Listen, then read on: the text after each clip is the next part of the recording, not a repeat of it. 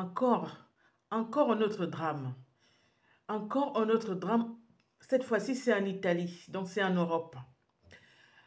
Une jeune fille de 40 ans, une fille de 40 ans qui s'appelle Pamela.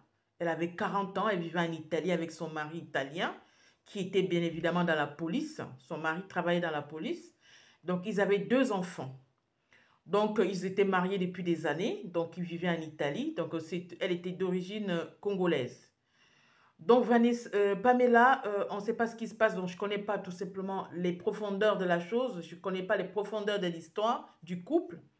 Donc, apparemment, Vanessa voulait divorcer, elle avait fait une demande de divorce et son mari était contre, il ne voulait pas divorcer.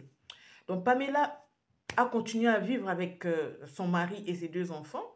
Donc, un jour, en fait, elle décide tout simplement de faire un tour, je ne sais, dans une autre ville, hors peut-être de la ville où elle était.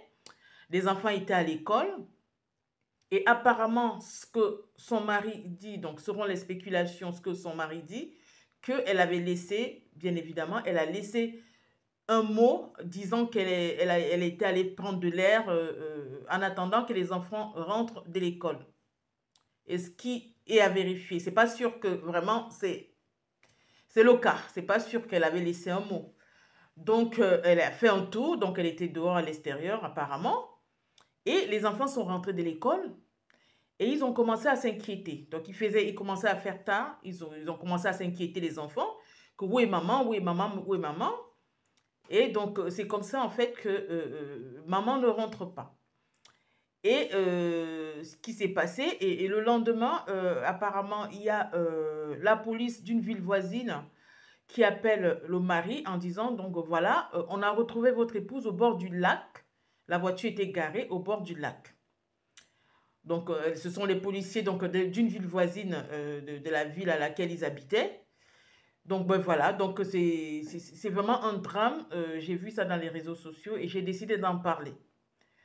Donc, pour vous dire aujourd'hui, le mariage, c'est pas une fin en soi. On peut tout à fait, tout simplement, rester célibataire, élever ses enfants et être bien, avoir son travail et tout. C'est pas une fin en soi. Maintenant, si on a la possibilité de se marier, c'est bien. Maintenant, ne vous faites pas violence, ne vous mettez pas tout simplement dans tous les états pour absolument être marié.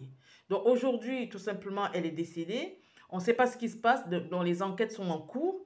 Et on saura, bien évidemment, dans les jours à venir, on saura exactement ce qui s'est passé. Est-ce que le mari a dit la vérité ou pas? Parce qu'apparemment, il ne voulait pas divorcer, mais elle voulait divorcer. Donc aujourd'hui, on ne sait pas encore les profondeurs de la chose. Donc on attend, bien évidemment, on attend que les enquêtes se poursuivent. On saura la vérité de toutes les façons. Voilà le drame en Italie et ça n'arrête pas, c'est tous les jours, tous les jours, tous les jours. Voilà, donc c'est ce que je voulais donc vous annoncer ce soir. C'est pas une bonne nouvelle, certes, mais il faut le dire, il faut en parler pour tout simplement sensibiliser les frères et sœurs. Voilà, bonne soirée à vous. Au revoir.